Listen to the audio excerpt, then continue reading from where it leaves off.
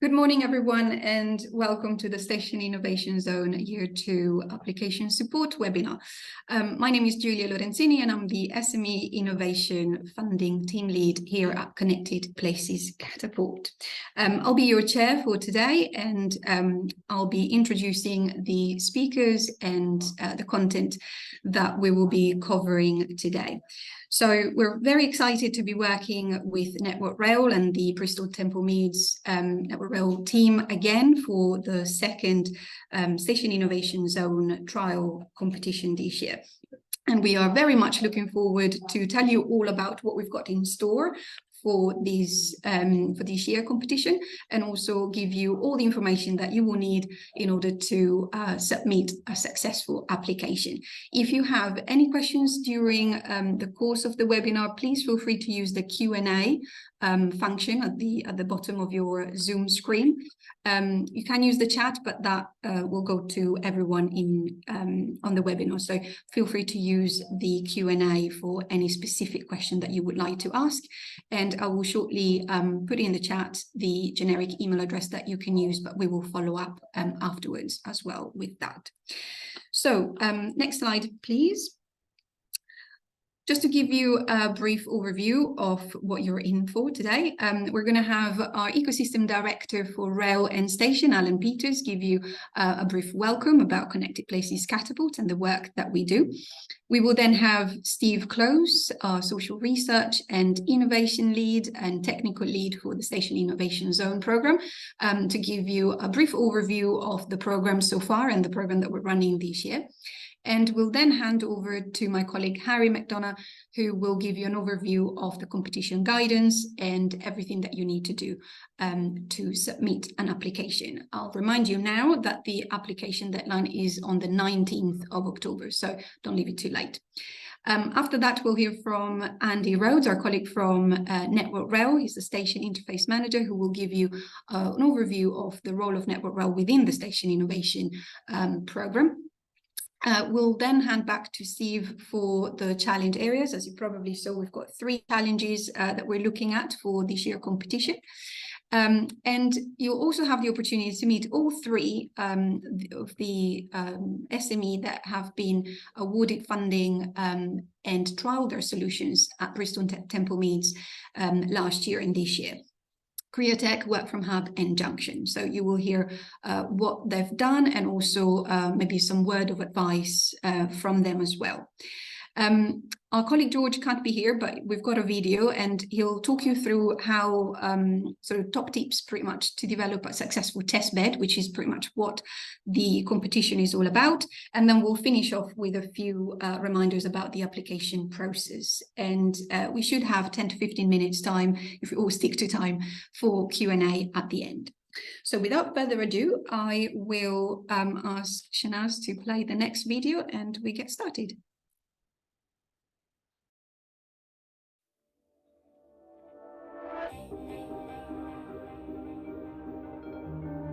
For millennia, cities have been places where bright ideas spark.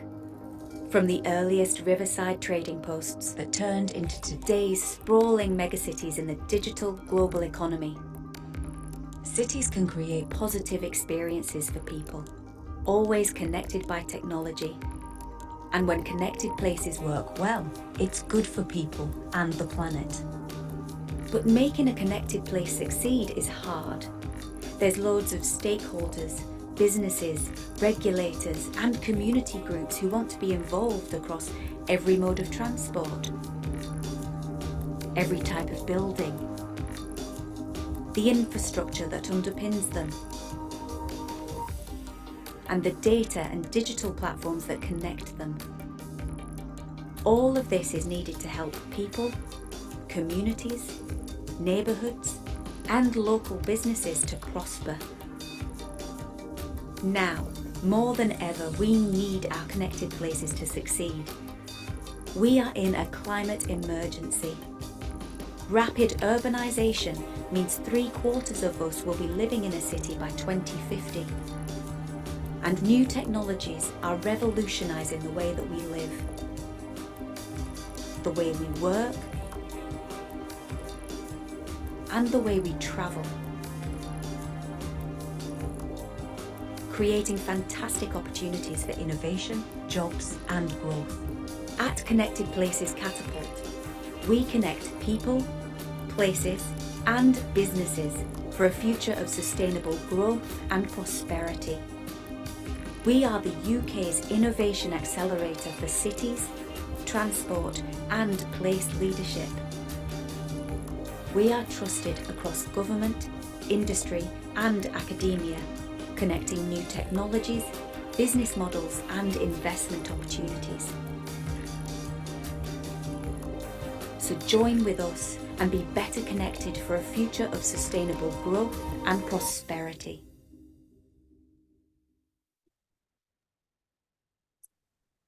All right then, so thank you, Alan, for turning your camera on, and I'm going to hand over to you. Thanks, Julia. Morning, everybody. So excited to be here at the briefing webinar for the Station Innovation Zone Year 2 Innovation Competition, and really great to have so many people joining us. So as Julia says, I'm Alan Peters. I'm the Ecosystem Director for Rail and Stations at Connected Places Catapult, CPC. It's your first acronym for the morning. I'd like to just, for over a few minutes, introduce the organisation beyond what we've seen in the video and the outline of the Station Innovation Programme. So who are CPC?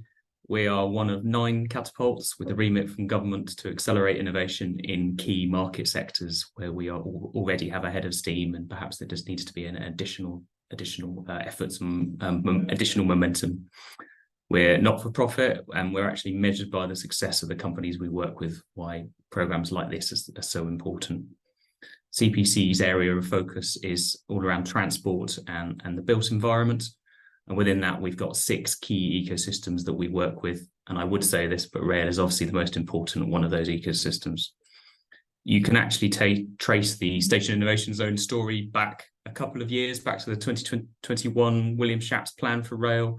You look in the innovation section of that report, it was calling for faster innovation, more agile approaches, and highlighting the real barriers associated with real life testing of new ideas. We took that recommendation and we decided to build this Station Innovation Zone programme around that objective, that recommendation. It's actually a 6-year programme. There's multiple strands, of which this innovation competition is at the heart of. We're actually midway through year 2 right now, and it's funded by Innovate UK.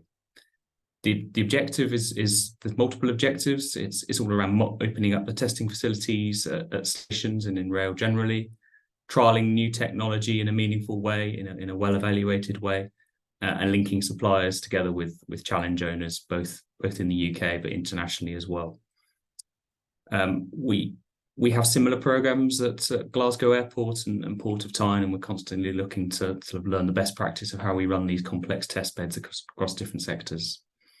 And my reflection coming in this morning and thinking about what I wanted to say, year 1 has actually gone really well, and we're lucky enough to have received a really positive response pretty much across the board from some pretty influential figures who are understanding what we're trying to do with this test bed. They're appreciating the ambition, and as we start to get results, and you'll hear that later in the webinar as well, I think we're only going to get more people on board with the programme. We've learned a lot. We're well supported by an advisory group, both based in Bristol, but also from the wider rail innovation sector as well. And we've clustered, and we are continually clustering a group of relevant stakeholders who can help us around these core objectives of the programme. I'd like to formally thank Network Rail at this point. It's a partnership, both their central functions and the Wales and Western region, and all of the team involved at Bristol Temple Meads, and also all the team from GWR as well for partnering and supporting on this. Only happens due to their support. By its very nature, I think this programme creates unexpected barriers, hurdles, aspects that we need to solve. So we do really appreciate that continued support and guidance, and I suppose positive approach to the programme. So that's my welcome. I'd encourage you to listen carefully to the guidance around the webinar and around the competition. If your attention levels are flagging, we can play bingo in terms of how many times we say innovation. I've probably done it quite a few times. Now, in more details of the vision and the structure of the programme, I'd like to hand over to Steve Close, who is actually our technical lead for the SIZ, the Station Innovation Zone. But over to you, Steve. Thank you, Alan. Good morning, everyone.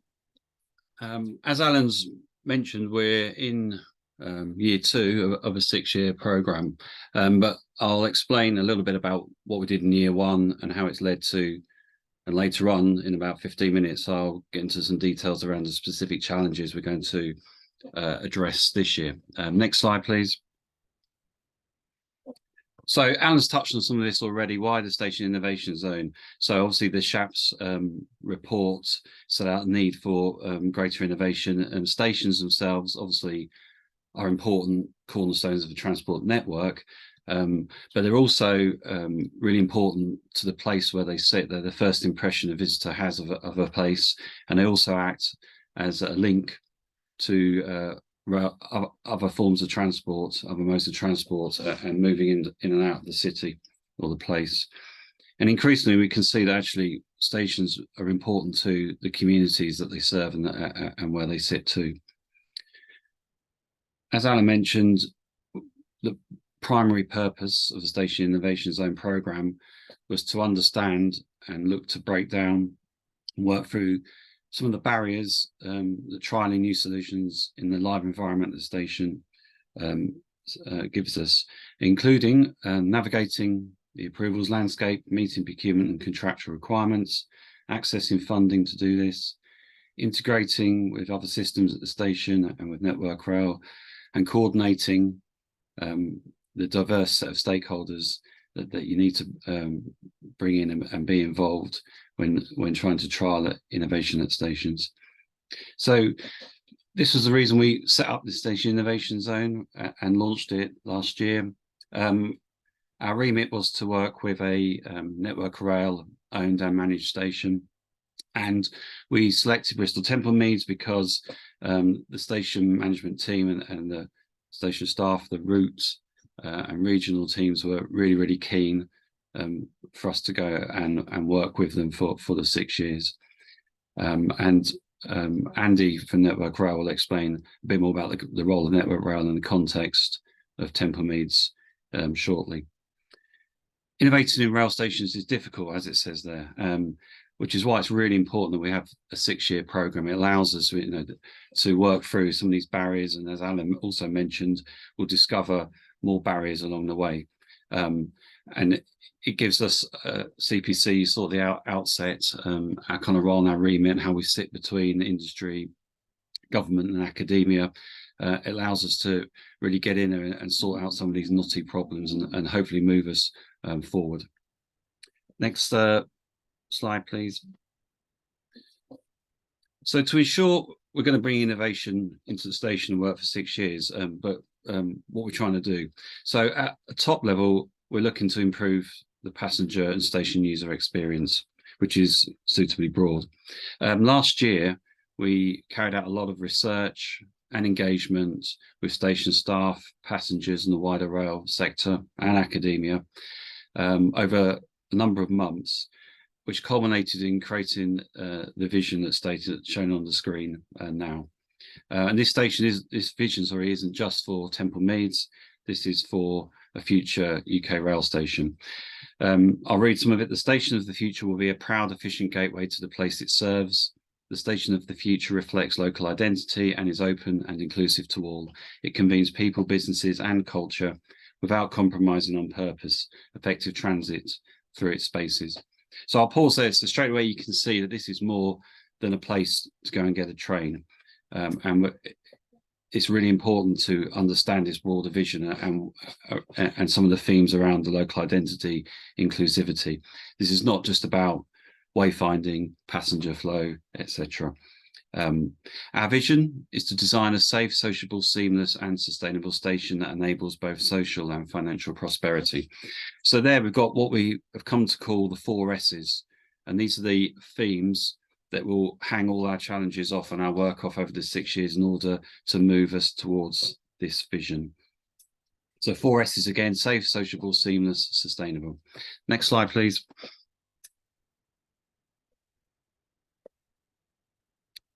And for year 2 competition, we're going to be focusing on 3 of these themes. The safe station goes without saying, you know, a safe station needs to be somewhere which looks safe, is safe to move around, it feels safe to people. I'll give more detail on that later. Sustainable, again, around the themes of decarbonisation, biodiversity, recycling, circular economy. Huge scope for activity at the station around this, and it's something that's, you know, important for the station and for Network Rail, as well as obviously the wider country and planet. The next one. And the seamless stations, this is around efficient movement around the station, through the station, but it's important to understand the station needs to be seamless as part of people's wider journey. So as well as your movement, you know, when you arrive at the station to get to the platform and vice versa, it also needs to consider the role of the station in people's end-to-end journey. So I'll be back shortly to elaborate on these three themes and talk more about specific challenges, and I'll hand over to Harry to talk more about the specifics of the competition this year. Thank you, Steve. Good morning, everybody. And next slide, please, Shanaz. Yep, so today we're just going to go through the opportunity. And as mentioned, Connected Places Catapult and Network Rail are thrilled to announce the second series of trials as part of the Station Innovation Zone competition year 2 at Bristol Temple Meads. This initiative is designed to support small and medium-sized enterprises, or SMEs, in testing new ways of enhancing various aspects of the passenger experience. The Station Innovation Zone competition is a 2-phase program commencing in August 2023 and finishing summer 2024. In the first phase, up to 10 SMEs will each receive £2,000 to develop a proposed trial plan. These plans will then be evaluated, and 3 SMEs will then be chosen to move forward to the second phase of live trials. In the second phase, each of these 3 SMEs will receive up to £75,000 to support the deployment of the innovative solutions at the station. But that's not all. All successful applicants will also receive business development and technical support. Plus, they'll also have the opportunity to showcase the technology at relevant industry events. This is a fantastic chance to get your innovative solutions in front of key players in the rail industry. Next slide, please. So why apply? Well, there are several compelling reasons to apply. And firstly, the Station Innovation Zone at Bristol Temple Meads offers a unique opportunity to bring confidence to rail technology buyers. By trialing your ideas in a live station environment, you can demonstrate real-world effectiveness, which is crucial for building trust and credibility among potential buyers and investors. Secondly, it provides a platform to demonstrate the viability of new technologies. Innovations that prove successful in this setting can serve as a strong testament to their potential applicability and scalability across the rail network. Thirdly, participating in the Station Innovation Zone fosters new collaborations and partnerships. Working alongside other innovators as well as industry stakeholders provides valuable networking opportunities and can lead to fruitful collaborations that extend beyond the program. Moreover, it contributes to diversifying the supply chain. By showcasing your innovative solutions, you can position your SME as a valuable player in the rail industry, contributing to a more diverse and resilient supply chain. And lastly, it serves as a catalyst to accelerate SME growth. Successful trials can lead to increased visibility, credibility, and demand for your solutions, ultimately driving business growth and expansion. Next slide, please. So if your application is successful, there are numerous benefits and opportunities that come with being part of the Innovation Zone or in the Station Innovation Zone. First and foremost, there is an opportunity to access up to £75,000 of funding to develop your trial. This financial support is crucial for developing, implementing, and testing your innovative solutions. Additionally, you'll receive coaching and mentorship, including pitch coaching, business and investment support, and marketing assistance. This guidance alone can be invaluable in refining your approach and preparing for future investment rounds or customer pitches. Moreover, there will be business development opportunities and introductions to potential customers. Participation in a demonstration day will also help raise your profile among investors, industry stakeholders, and potential customers. It's also, this showcase is a great opportunity to present your solution and its benefits in a live environment. You also receive support in designing your trial, as well as in deployment, monitoring, and evaluation phases. This support ensures a successful implementation and assessment of your solution. And technical support and access to experts at CPC and Network Rail will also be provided. This assistance can be crucial for overcoming any technical challenges that may arise during the development or deployment of your solution. Lastly, you'll receive testbed support in designing your solution and also preparing for deployment and evaluating the results. This support is essential for maximizing the effectiveness and impact of your trial, and full details on the application process, criteria, and deadlines can be found on the website and within the application guidance document. Next slide, please.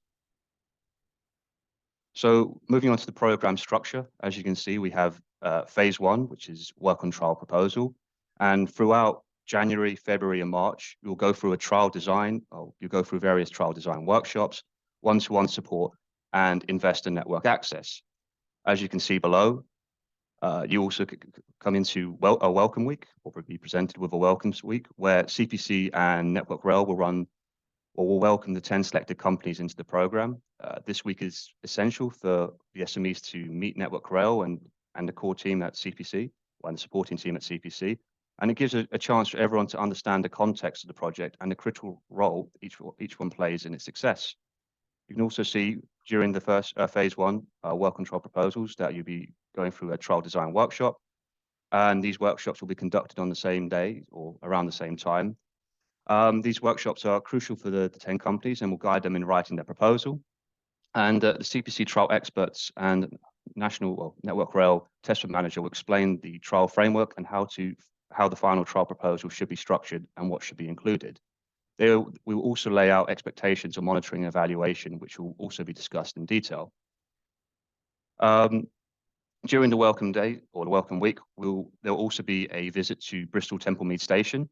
So this will also be arranged, and it will provide you with the opportunity to receive valuable input from Bristol Temple Meads and Network Rail, and should essentially help you with developing your trial plan development. Next, you will also see experiment design training and tailored expertise. And this is where the SMEs will undergo experiment design training, which will equip yourselves with the skills needed to design your experiments effectively, or your solutions effectively. Next, we'll move on to phase 2.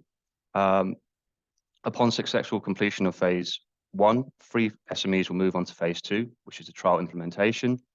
And this phase will run throughout April to June and will include various workshops, events, one-to-one mentorship, business coaching, and investor network access, and the progress check-ins. And as you can see here, we'll also go through business development and sales, deployment support, and a demo. And the whole program will conclude with a demo day where the companies will showcase the innovations to potential investors, partners, and stakeholders. Next slide, please. As mentioned, moving the 3 technology companies, or the 3 successful SMEs, will pretty much move over and trial within Bristol Temple Mead Station, as mentioned by Steve slightly earlier. And we'll be basically moving over and working very closely and working with yourselves on implementing this process.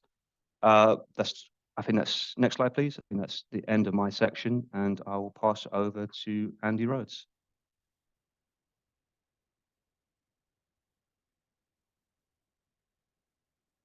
So we've got Brian on this, probably Andy. Yes, unfortunately, Brian couldn't make it. Thanks, Harry. Good morning, all, and welcome. My name is Andy Rhodes, Station Interface Manager for Network Rail, working at Bristol Temple Mead Station. We've had the pleasure over the last year working with CPC and 3 successful SMEs on this programme. So it's been exciting and equally challenging at the same time. So going into year 2, again, we're looking forward to continue that relationship with all and working with the new SMEs, like I said, on year 2, and the successful applicants going on to that, and also sort of all the new innovative ideas that potentially going to come forward for the 3 challenges. So who are we? Network Rail. We own and operate the UK rail infrastructure network. Within that, we're responsible for around 20,000 miles of track, all the way across England, Scotland, and Wales. A little bit of info on 6,000 level crossings. We've got 30,000 bridges and viaducts, but most importantly, which focus of what we're doing on this, is we have numerous stations including 20 that we own and run entirely. And one of those is the one we're going to be working with, Bristol Temple Meads, my home station. Next slide, please. A little bit of background on Bristol Temple Meads for those that don't know. Bristol Temple Meads was originally designed and built by the British engineer Isambard Kingdom Brunel. The first part of this is still in existence today and used, and that was opened in 1840. The second part of that, which is what we know, the main station, which is in the picture there, that came into use roughly around 1870 and encompassed the main train shed. And then from then on, it was expanded again further, which brought in some new platforms, and those were sort of around the 1930s. The station itself in its entirety is Grade 1 listed building. So again, that brings through its various different challenges with town planning and historic England involved in those. The station itself is a key transport hub, mentioned down there. Pre-COVID, we were slightly higher, but at the moment, we're currently operating around about 10 million people a year, which equates roughly to around 30,000 a day. We've got a few train operating companies that operate for us. GWR is the main one, and they operate services through to South West Wales, West of England, and London. And also cross-country serve the station as well, mainly looking from the southwest and all the services going up through to north and up into Scotland. We are the busiest station in the southwest, that probably goes without saying. So one of the other things, the wider Bristol area, for those who don't know Bristol, it's got a key airport here now that's constantly developing and increasing its numbers. We've got direct links in with those through transportation up to them, trade ports coming in here, and also significant freight hubs. Next slide, please. Modernisation at BTM. So we're currently going through a huge regeneration program. Bristol Temple Meads is at the heart of that. It also encompasses the wider area, which we'll show in the next couple of slides. But to note, at the moment, we're currently renewing the roof, which is mainly a refurb section of that with new glazing and new paint colour schemes going through. That's encompassing the main train shed and also a side area, which is an undercover car park called the Midland Shed.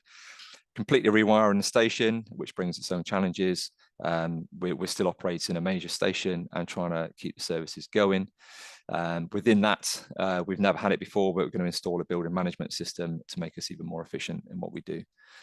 We're currently light on retail, so one of the major schemes as well that we're going to be doing is to bring in more retail. We've opened up some of our derelict buildings that we've got, as well as keeping the historic Grade 1 listing of it and working around those.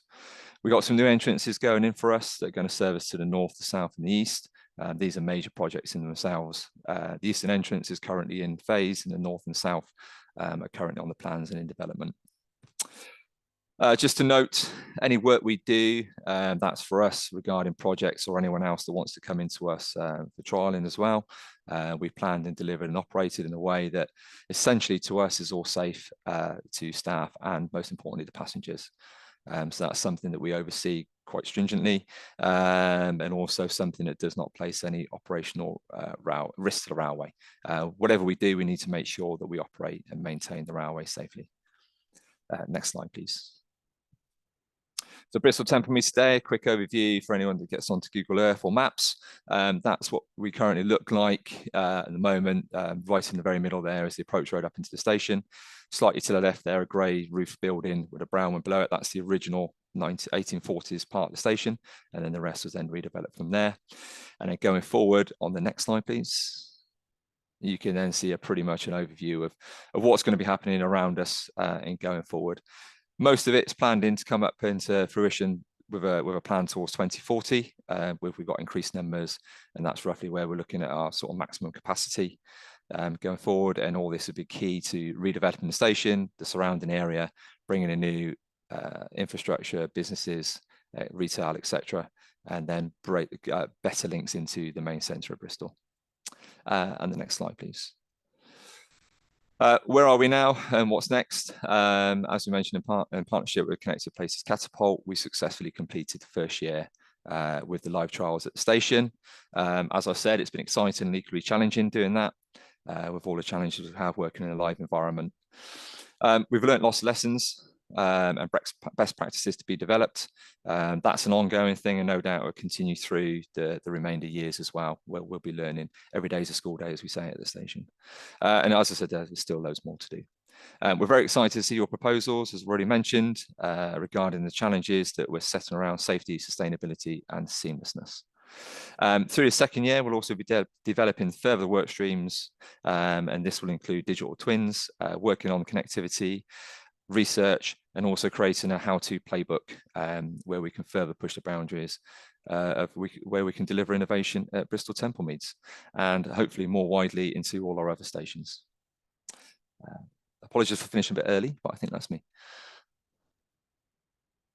Thank you, Andy. That was great. So we're going back to you, Steve, for an introduction of the challenges. Thank you. So the 3 challenge areas, next slide, please.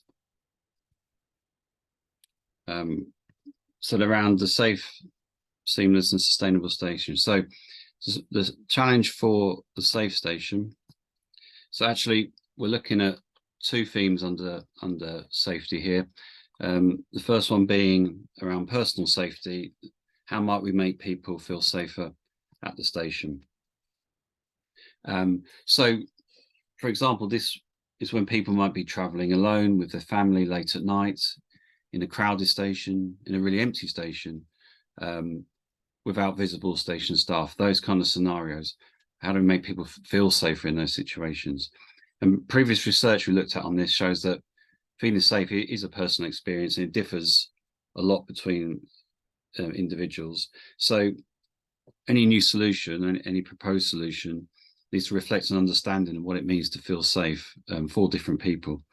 And the potential areas here you could work in are around influencing people's behaviours, around how to raise alarms or how to report something, or around changes potentially to the physical environment in and around the station, whether that's signage, written information, lighting, etc. The second theme under safety is around operational safety. How can we reduce the number of slips, trips and falls that occur at Temple Meads? So Temple Meads, I think, has the highest number of recorded slips, trips and falls from passengers and users of the station in the region. And we're interested in ideas that could help mitigate, reduce or remove the risks that drive this trend. So ideas, proposals might want to consider station pinch points, for example, around stairs and in the subway, influencing passenger behaviours such as avoiding running on platforms, carrying heavy luggage on the stairs, mitigating against weather conditions, the differing ground surfaces across the station and platforms and the effect that they can have on safety, the platform train interface, so what happens when people getting off the train or waiting to get on the train, safety aspects there. So across safety, there's 2 themes and a huge scope. The seamless challenge, next slide, please. So I mentioned earlier what seamlessness is about, around moving easily and safely around the station. We think there are 2 specific challenges at Temple Meads that we'd like to focus on. Finding the correct platform when arriving at the station and finding the best route from the platform to the next destination. So that isn't just to annex it, it's the best way to leave the station for what you want to do next, whether that's walk to the city centre, get a bus, get a taxi, etc. So we need to aim to improve the station management's ability here to organise passenger flow as well for people entering and leaving the station. And we're looking for solutions that can be informed by real-time station operations. So for example, if a gate line is closed, a lift is broken, there's crowding in a certain area on a certain staircase, etc. So it needs to function, the solution, in an environment that can change rapidly. Solutions also need to detail how passengers can be informed of any changes to their routes into and out of the station, including those people with accessibility needs and those who don't default to digital solutions. So app solutions can be great, but they don't necessarily work for everybody. As Andy just mentioned, there's a lot of regeneration in the local area, including at the station, and potentially there's going to be new entrances and exits to the station in years to come. So whilst solutions here will trial in the current station, which has 2 main entrances, we need to be able to see how the solution can be transferable to the station in the future when there'll be different or more entrances and exits. And finally, the specific challenge around sustainability.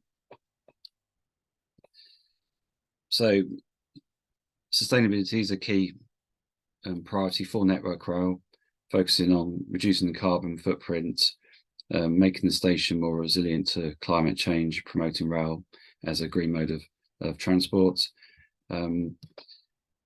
The challenge itself here, we've kept it deliberately quite open and broad. There's a huge scope for the types of activity and proposals that could come in around sustainability. So we're looking for ideas potentially to address energy efficiency, maybe energy efficient lighting, greater use of natural lighting, smart energy management, decarbonisation. So it could be solar panels, heat pumps, geothermal, non-fossil fuels, natural ventilation, water management, including rainwater harvesting or more efficient use of water, sustainable construction, such as energy efficient design, green roofs and greater planting. The theme of biodiversity is important as well, and how that can be brought into the station. So we're interested in a range of proposals for this area, and as I said, it's suitably broad. So those are the 3 challenge areas, and for this year, the details and some of the stuff I've read out is available in the application guidance support. Thank you, Steve. And I'll take that comment to actually remind everyone, and I'll post the link to the application guidance in the chat as well for those of you who haven't had a chance to look at it. So next slide. In the following session, we're going to hear, like I said at the very beginning, from the 3 SMEs who've been part of the Station Innovation Zone in year 1 and have just concluded their trials or about to. So first in line, next slide, please. We've got Neil Byers, who is the founder of Work From Hub. Hi, Neil, if you can turn your camera. Everyone? Yep, thank you. Thanks. And just on to the next slide, please. So, morning, everybody. So Neil Byers, founder of Work From Hub. And so our innovation is all around kind of reimagining underused spaces within stations across the whole of the network. And Bristol was a really interesting, exciting, and as Andy said earlier on, challenging place to work. So grade A listed, very safety conscious, very security conscious, and bringing a physical asset into the space was really exciting and challenging all at the same time. But it's really great experience for us to understand the rail context from the perspective of people who work in the rail industry, which has given us a massive boost. And for us, it's all about trying to create these spaces and places where people can work within stations while they're on the move to focus and get away from the chaos of the places that there are stations. Next slide, please.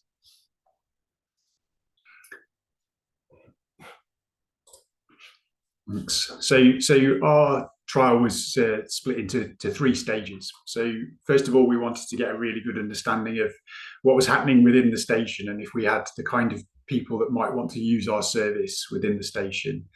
So we undertook a pre-trial survey just to get a sense of how are people using the station at the moment? Is there an opportunity for someone to work while they're in the station? And what do they do at the moment? And how much of that is a challenge? We also spent a good amount of time with Andy and others in Network Rail, understanding a lot of the logistics. And I think that's probably one of the key lessons for us, is making sure there's plenty of time before you start your live trial to make sure that there's that opportunity, understanding, agreement, all the technical details worked through as early as possible, getting to that point of having a live trial. The hub itself and the install went really smoothly. Great kind of working between the different teams and went in really well, which was great to see. And for us, it was all about making sure that we had participants lined up and ready to go. So kind of, I think a real key thing in terms of planning your own trials is understanding how are you going to get access to your users, and something that we were successful with, but also had challenges with as well. And then continuing to engage with them and get feedback from those users afterwards. And I think the kind of third part for us is around those kind of wider engagements and conversations that were touched on earlier on. So that the opportunity to speak to rail staff that you wouldn't normally get the amount of time that we've had with them to really understand the opportunity, not just at Bristol, but actually across the wider rail network, and have those kind of deeper dive conversations have been really good for us. Last slide for me, thank you. So I think really in terms of the kind of the advice and our thoughts around it is really to think about the benefits for Network Rail and the wider rail sector and the train operating companies. So obviously as innovators and businesses, we want to kind of improve our own services, but also thinking about how can we improve the rail environment, the rail sector, the experience for Network Rail and their customers. Planning every stage in detail and making sure those plans are kind of discussed in detail with Network Rail particularly, I think really key, and making sure as you're putting your trial plan together that you give yourself plenty of opportunity to do that so everybody understands the next steps. I think asking as many questions and as early as possible, so don't dodge the difficult questions and get into them as early as possible, because it can take time to get resolutions, particularly as Network Rail being a big organisation, working through that kind of period and getting the right people around it can sometimes be a challenge. So get those difficult questions out of the way as early as possible. And massive opportunities around the network and building relationships, and that's kind of a wider benefit of being part of the trial, and something that we found absolutely amazing, of having those great conversations that can understand not just what happens at Bristol, but how that can link to the wider network. So it's a great opportunity. I encourage you all to invite, all to apply. We've had a really good experience with some challenges, but in the end, we think it's going to be a really positive outcome for us. Thank you, and I'll pass to the next. Thank you, Neil, and thank you for the feedback as well. I'm going to hand over to Robert Franklin, Head of Delivery at Junction now. Robert. Hi, thanks, guys. Sorry, I'm on a phone today because my laptop's packed up for some reason. Could I have the next slide, please? So I'll just do a little overview of Junction and what we do and what we get up to in the rail space. So we're essentially a digital software and consulting business specializing in railway applications. So we've got essentially a few different products which address accessibility problems, address customer information issues, address, for example, supporting performance operations. And what we look to do at Bristol Temple Meads is really apply what we know from working with Network Rail and working with train operators into essentially a roadmap of creating an accessible rail solution for the autistic community. So the challenge we went to address is the seamless station challenge last year. So some of the things at Junction which we pride ourselves on, we're looking to improve performance of customer experience, we're looking for higher productivity from what we develop, and we're also looking at the decarbonisation agenda through what we produce. Could I have the next slide, please? So a little bit about Orbin. So Orbin is an accessible rail travel app, a journey planner, station wayfinder, and something designed for the autistic community to make their journeys seamless. So we developed this really in mind that if you develop something with accessibility at its core at the beginning, then it's naturally a good app will fall out of it. You don't necessarily want to build an app and then tag on accessibility at the end. You want to build it with that in mind at the beginning. So as I say, we addressed the seamless stations challenge. So what we look to do is basically build in very specific Bristol Temple Meads wayfinding information into the Orbin app, and using that information, make it so that people could navigate the Bristol Temple Meads environment much more simply, and also add a journey planning functionality so people could plan their onward journeys. So we worked with Bristol Temple Meads, Network Rail and GWR on getting information, for example, the gate line data, so we could tell people where it was going to be busy on the station. We looked to getting noise data, we looked to getting events data, and we put that into the app as well. And that stuff, for example, would allow us to tell people, okay, maybe you don't want to travel at this time, maybe you should travel a bit later because you flagged in the app that you don't like traveling when it may be very noisy or when it's very crowded, for example. So that's what we've essentially built an entirely bespoke app which travels set of slidings for the autistic community. So essentially what we're looking, what it does is, if you want to travel but you don't want to travel with a 10-minute rail journey, you want to use a bus instead, it will give you that functionality all based out of the Bristol environment. So it's quite good for that. One thing we put into the app, we put facility locations with photographs and maps, the wayfinding information that I discussed, station information in the journey overview, and we put autistic specific features in there, for example, an autism grounding card, the ability to phone home in an emergency, and also put some techniques in there, which we, from our work with autistic charities, we know help the autistic community. One thing that we did in this trial, which is really useful, is we actually did a lot of focus groups and trials, focus groups and surveys with the autistic community and users of the app. So we had 3 different user groups. We had a user group who was based in Bristol and was willing to use the app independently at Bristol Temple Meads. We had a user group where we went down for the day and we asked them questions about what was going on. And then we had a wider national user group who would use the app and basically just use the journey planning functionality, because at the minute, the only station information, it's got the national rail information for every part of the UK, but Bristol Temple Meads is the only one which is very specific. And could I have the next slide, please? So my advice to applicants, I think this is very true. For a lot of us, don't leave it too late. We had a very engaged user group and we were very lucky in the way it worked. We had a user group who wanted to work with us as much as possible, but we left it quite late in the day getting the trial participants for this. And it would have been a lot better for us if we'd have done it at the end. Fortunately, we filled our quotas, but it would have been a lot simpler if we'd have started at the beginning. Take all the support that is provided to you is one thing I would say. CPC, GWR and Network Rail have been incredibly useful in this, put us in contact with many people, given us access to staff, given us access to management meetings, given us access to basically the putting passengers first program, Network Rail. It's all been incredibly useful. And we've been able to basically shape everything around it. So take all the support that's there. Reach out to the local community, especially if you're doing a trial-based app, which requires user feedback. The local community around Bristol, we found, for the one interaction we had, which we wish we would have had more, because if we'd have started sooner, was really good, very, very informative, very useful, and they put us in touch with some groups who are basically very willing to trial the app. And we're hoping that we're going to be able to continue that engagement after this ends. So yeah, also final one, good one, spend time at the station. The staff know the station better than anyone else. Andy's been particularly useful in getting us into the station, facilitating us having a table, posters up, badges distributed to all the staff. So it's really quite a useful thing to do. So do speak to all the staff, get to know them, they're brilliant. And it's a really friendly station to work in. So that's one thing I'll say. And that's it from me. Thanks, guys. Thank you so much, Robert, and thank you for the really great feedback. So another very successful project that is finishing up now. So third SME from year 1, we've got Rosie Richardson, Head of Product at Createch. Rosie, over to you. Hi, everyone. Next slide, please.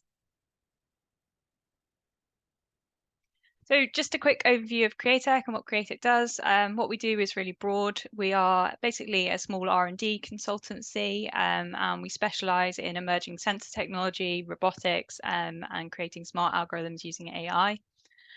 We're a team of about 55, so a small business, and we're based in Cockermouth in Cumbria, but we work all over the world. And we generally specialize in world-first technology deployments, and often those lead to the creation of specific products that help alleviate problems in specific markets. And this trial at Bristol Temple Meads was an opportunity for us to hone one of those products, which is called Situate, which is our anonymous crowd monitoring technology for transport hubs. Next slide, please. Okay, so what did we do at Bristol Temple Meads? We answered the Safe Station Challenge, and within that challenge, what we did was look at developing a system which could detect and alert for unsafe behaviour on platforms. And we identified what unsafe behaviour meant with staff during the first part of the process, and defined 2 use cases, and they were passengers that are running, much more likely to have slips, trips and falls, and passengers that are crossing over the yellow line when they're not supposed to be. And what we wanted to do was see that if we could insert these detections into our existing crowd monitoring technology, so that we could automatically alert 2 passengers to, for instance, step back from the platform edge if they were over the yellow line for a certain period of time. So we actually installed 2 sensors and 2 speaker systems on the platform 11 at Bristol Temple Meads. During the time, we gathered 3 months of continuous passenger movement data, understanding where people stand, flows, any blockages on the platform. We spent 3 full days testing on site, recording video footage. In fact, there's a slightly embarrassing video there of me running up and down a platform that you can play now if you want to, if it plays. No.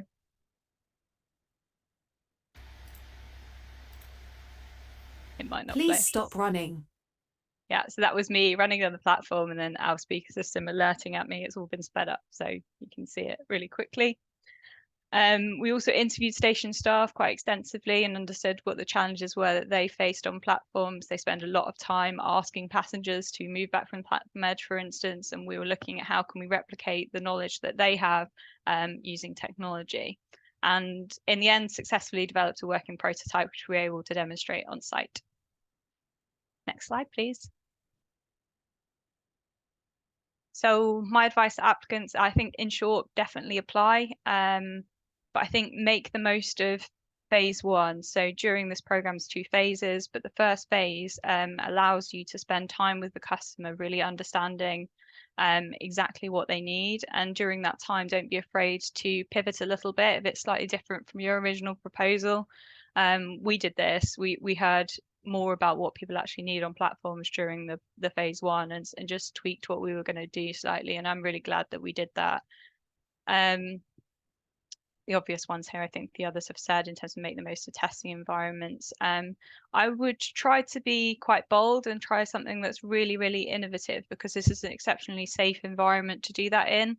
I mean, I don't think anywhere else we would have got the opportunity to actually install quite disruptive speakers on a platform and just go ahead and try them out for the day with a really understanding set of staff who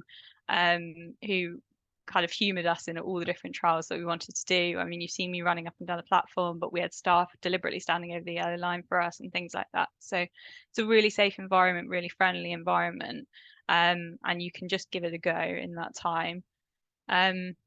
The last couple are all around setting a really realistic schedule of work and making several backup plans, because this is a live environment. You are testing, real people are using the station, the staff are doing their day job. You are going to have to fit alongside that, and it's going to have to be flexible what you do.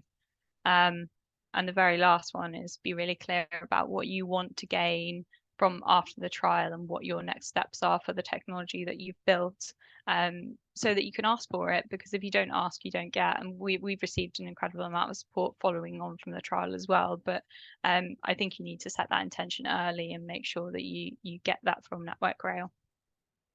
And that's me. Any questions, let me know. Thank you very much, Rosie, and thanks for all 3 Year 1 SMEs for the advice and the explanation of what you've done. We've got a couple of questions which we'll answer at the end, so I'll come back to you shortly. Now, if you can go to the next slide, please, Shanaz. Like I said, George Wardle, our service designer, can't be here with us today. So he's recorded a brief video to take you through his set of slides. If you do have any questions, please send them through, and we will discuss them with George afterwards. Can we play the video? Thank you.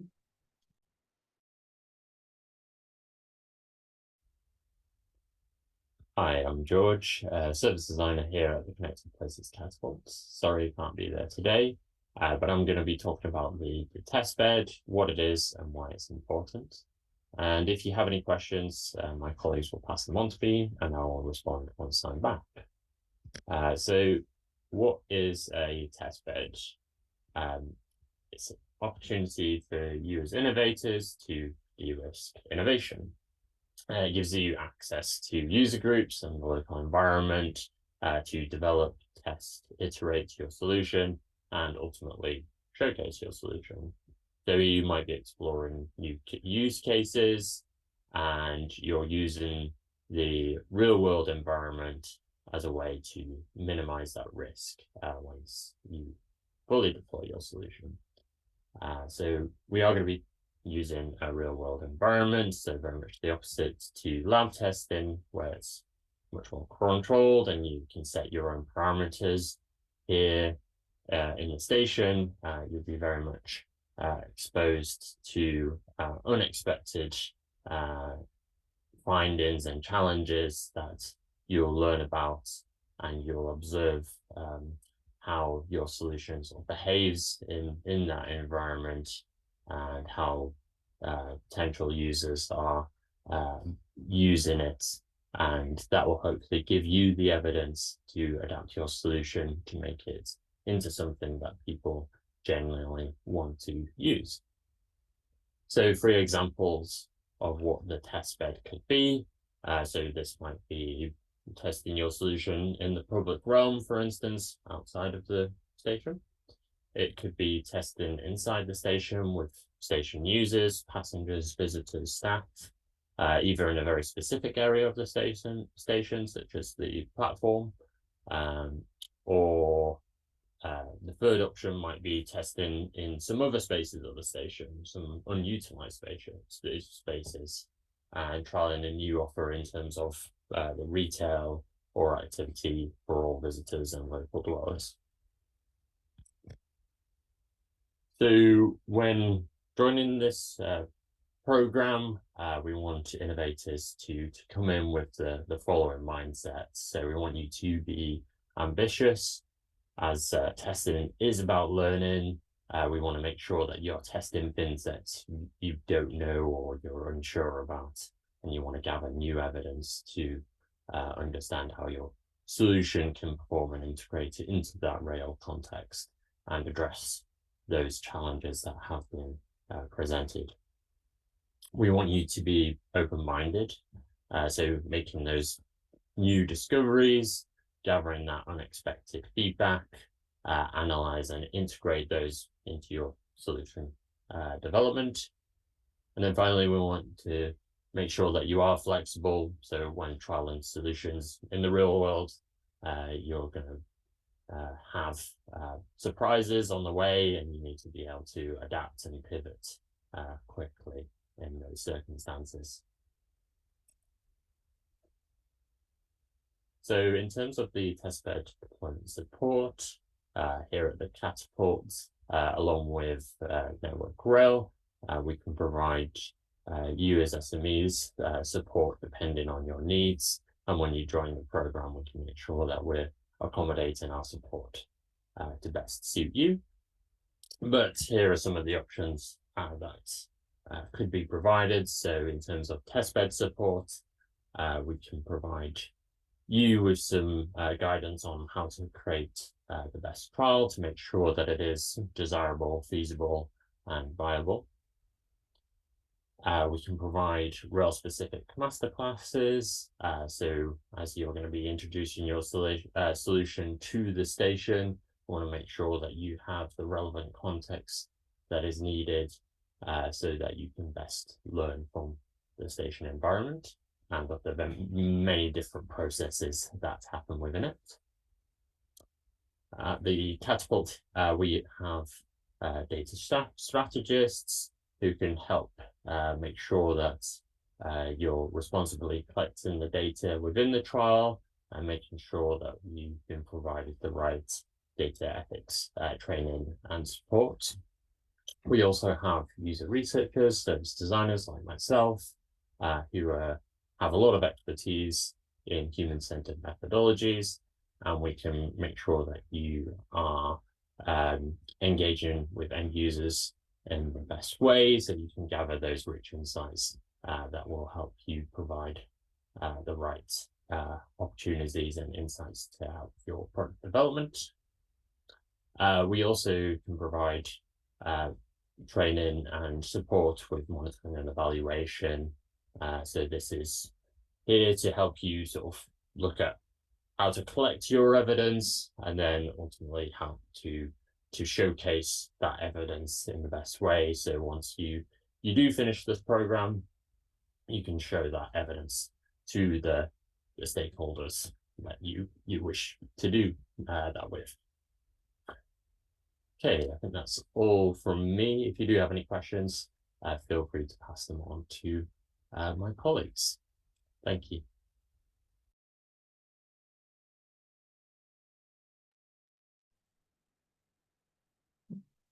Next slide, please.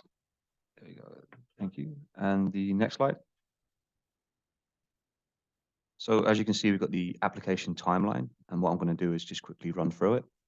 On the 23rd of August, which has already commenced, we've opened applications, and they'll be looking to close on the 19th of October. Around mid-November, we'll look at doing the shortlisting for the SMEs, and at the end of November, we will look to conduct various different interviews. By mid-December, we will select a cohort, and the beginning of phase 1 will take place in early January. The welcome week will take place either the week commencing the 8th or the week commencing slightly after, or the next week. And phase 2 will be looking to begin around the end of March, and slightly before that, we'll be taking the 10 SMEs and looking at their final proposals before selecting the final 3 SMEs to take forward to phase 2, and then from phase 2 onwards, you'll be running your trials in a live environment. Next slide, please. So how to apply? So before you apply, ensure that you meet the following eligibility criteria. So you must be a UK registered business, preferably based in the West of England or willing to travel to the West of England. Your innovation solution must be at least technology readiness level 5 or higher. Your solution must address one or more of the identified challenge areas, and you must be willing to travel on occasion to face-to-face meetings in Bristol. For more detailed information on the application process, please check out the application guidance document. We've included a link here, and the presentation will be shared with you afterwards as well. And please mark your calendar with the application deadline for the 19th of October, 2023, and make sure you submit your application before the date to be considered for the application. And again, contact information. If you have any questions or need further assistance, you can contact myself, or you can contact us on the email that's been provided by Julia in the chat as well. Next slide, please. Scoring criteria. So your applications will be scored using the shown scoring criteria, and more information can be found within the application guidance document. As shown, the solution and trial proposal count for around 40%, traction and financials 20%, impact 20%, team 15%, and program fit 5%. Move on to the next slide, please. Support and guidance. So about the one-to-one calls. So the Station Innovation Zone one-to-one calls are designed to support individuals and businesses seeking guidance and support in regards to your applications. Each call is scheduled in for a duration of around 30 minutes. And the purpose of these calls is to provide applicants or applications guidance and support. And this includes, but is not limited to, guidance on filling out applications, understanding eligibility criteria, addressing specific questions or concerns about the application process, and providing any other needed support in relations to the application itself. How to schedule in the call? You can schedule a call, scheduling a call is quite simple. Simply select a time slot that works for you on the Calendly link provided. It will also be sent out afterwards. And within that link, can you please include some basic information about the nature of the application, your questions, and please can you review the application guidance document first before whilst you put in more information in regards to that. Date to scheduling calls are from the 14th, today, all the way up to the 18th for the 10th. And please book in your calls ASAP so we can essentially give you as much information and pretty much answer any questions or concerns that you may have. From here, I will pass over to Julia for Q&As. Thank you very much, Harry, and thank you to all our speakers and to all of you for being here today. So just a quick reminder, again, applications are open. The link is in the chat. And as Harry said, feel free to book the one-on-one calls. Perhaps, Harry, if you can drop the link in the chat now or send it to me and I'll put it in there now. At this point, I'd like to invite all the panelists to turn their camera on for the Q&A. And we've got a couple of questions that have come through. So I'm going to take them in order. So we've got a question around application questions being available to view from Kaylee. So the answer, Kaylee, is yes. If you click on the link that I've put in the chat earlier to the application platform, you are able to view all the questions and you are able to also start answering them, save them, and come back to them later. Clearly, make sure that you do answer them before the 19th of October, because we will not, unfortunately, be able to consider any late application, but you can view them all there. If it does help, we can send a list of questions in a Word document across to those who are interested, if that makes it easy. We do have a question from Dennis. Hi, Dennis, around escalators, and if there are any escalator or plans to put escalators in the station. Can I come to you, Andy, for a quick answer on that one? Yeah, sure. Currently, no, we don't. There's no escalator facility at the station. They're just passenger lifts and stairs. That's not to say that going forward into the future that we may look to introduce that. But currently, at the moment, the foreseeable, there isn't any plans to have any. Thanks, Andy. I do have now a couple of questions for you, Rosie, from Createch. So, the question number one is, could you extend the application into the wider city and road network? Yeah, this is a great question. There are loads of applications in wider smart cities for the technology that we've built, the crowd monitoring aspect of it, but then also the automatic alerting aspect that we've built within this trial as well. So there are plenty of situations, for instance, on busy roads with access points that perhaps we don't want people to cross, where this could be really, really applicable. So yeah, absolutely. If anyone has any ideas, feel free to contact me. I'll drop my email in the chat. Okay, thank you, Rosie. And then the second one is, how did you measure the impact of your live solution? That's a really good question, because we had loads of support from the Catapult to actually do this. So they created along with us like an impact assessment framework so that we could test each element of our objective and look at how that impacted on the station staff, and then also on Createch's kind of commercial proposition as well. So when we were actually, for instance, testing on the platform, we were looking at measuring like discrete variables, like how many times did we accurately alert, but then also taking feedback from passengers and from staff to say, well, how did you feel when that alert went off, and things like that, so that we can design the impact. But we built a framework around it, and then that's all gone into the final report. Brilliant, thank you, Rosie. For Junction, Robert, so I'm looking at you. There's a question from Stephen Collicott. Hi, Stephen, around the possibility of connecting with them and having a discussion about potential partners. So would it be possible, Robert, to share your email with Stephen? Happy to do that. I'm not sure if I'll just put it in the chat and it appears for everyone, or it's something that can be shared separately. But yeah, Stephen, more than happy to connect, and interested to see what your idea is with AutoCon. Brilliant, perfect. And one for you, Neil, also from Stephen. What has success looked like for you? Yeah, I think when we set off into the trial in the first place, we were exploring kind of product market fit and the opportunity to make a more kind of seamless journey for people traveling through the station.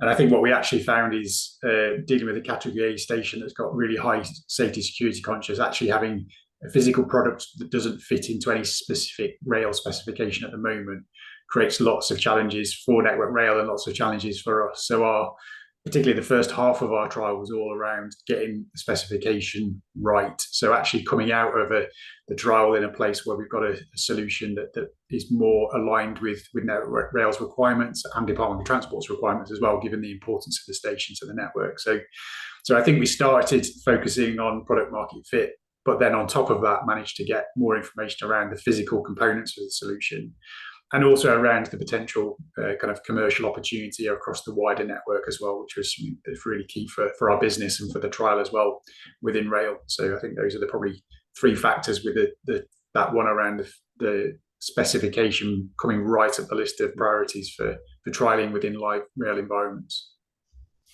Thank you, Neil.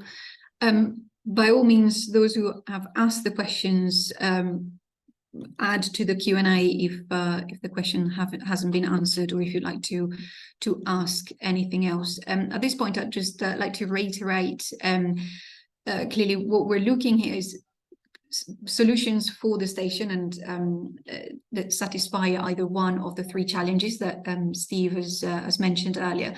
But we are looking for a broad range of challenges, both rail related, or you may have a solution that has been applied to another mode or to another sector, and you may want to consider how that could be potentially transferable to rail. So we are open for that kind of knowledge transfer opportunity as well. So in the meantime, in the last 2 seconds, lots of other questions have come in, so let me get on it.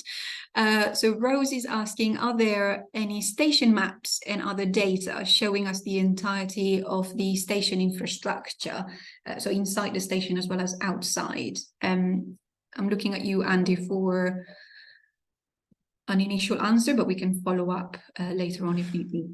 We do have basic maps. They are available. They're actually online as well on the Bristol Temple Meads site through Network Rail, which gives you a basic graphic of the station showing you what is there, platforms, retail provisions, etc., and entrances. And then the successful applicants, we do have more detailed maps. Obviously, they're restricted for various reasons, and they're only available to certain people. But yeah, there is a generic map that is available that gives you a rough overview. Google Maps and Google Earth is just equally as good to get that oversight. Thank you, Andy. In that case, we'll take the action at CPC to get the map maybe from you and then upload it on the application portal, so that's available to all of you. We'll try and do that pretty promptly, so you've got it for next week. Okay, so we've got another question from Kailash. I hope I'm pronouncing your name right. Is station staff safety relevant to the Safe Stations Challenge? Steve? Yes, at the outset, the safety theme was around staff as well as passengers and station users. So I think in terms of maybe the perception of how staff feel, that could be important. Obviously, the safety of staff moving around the station as well. Okay. Mohammed, I can see your question around the reference to buses and taxis from 2028.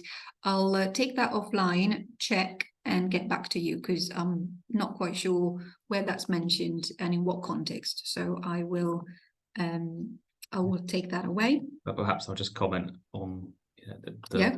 Absolutely. Within this year's Seamless Challenge, we're very interested in that onward travel, which may be buses and taxis, and perhaps the 2028 without on the top of my head knowing exactly what that line relates to. 2028, there is redevelopment at the station planned, as we've discussed on the call today. So provision for future interchanges that might be at Bristol Temple Meads. But yeah, as Julia said, let's look it up in more detail and provide a more robust response. Absolutely. If I'm going to wait a couple of minutes just in case anyone else has any questions, but if you can't think of any questions now, and some question may sort of pop up as you look through the application or the application document, feel free to drop us a line either at innovation_funding@CPC or directly to Harry. I'm just going to do a quick round now from the panelists, if there's anything else that you'd like to maybe add, any useful advice that you think would be useful for potential applicants. I'm going to start with you, Alan, maybe from a program perspective. Yes, I think hopefully the call's covered most of the main points. The one-to-one sessions, I would definitely encourage you to make use of those if you've got any specific questions or those that you want to be confidential.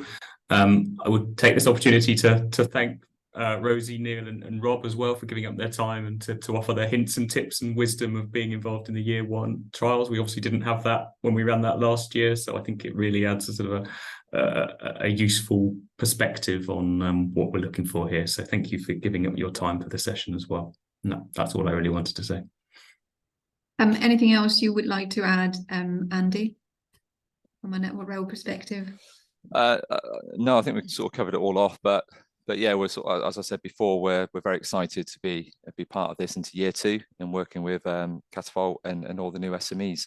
And as a collective team at the station, we're very passionate about this, and we look forward to see what innovative ideas can be brought through and to us and presented to us for year 2. Brilliant. And last but definitely not least, Steve, a final word from you before I wrap up.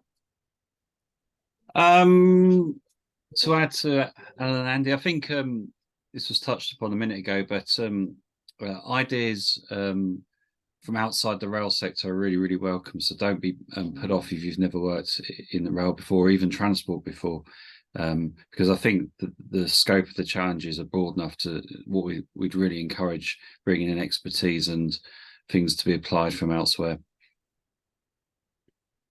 Brilliant. Thank you, Steve. So on that note, considering we haven't received any other question, I would like to say thank you very much again to all the colleagues from CPC who have joined us today, the 3 SMEs that have been part of our year 1 program. Thank you to all of you who've joined the webinar today.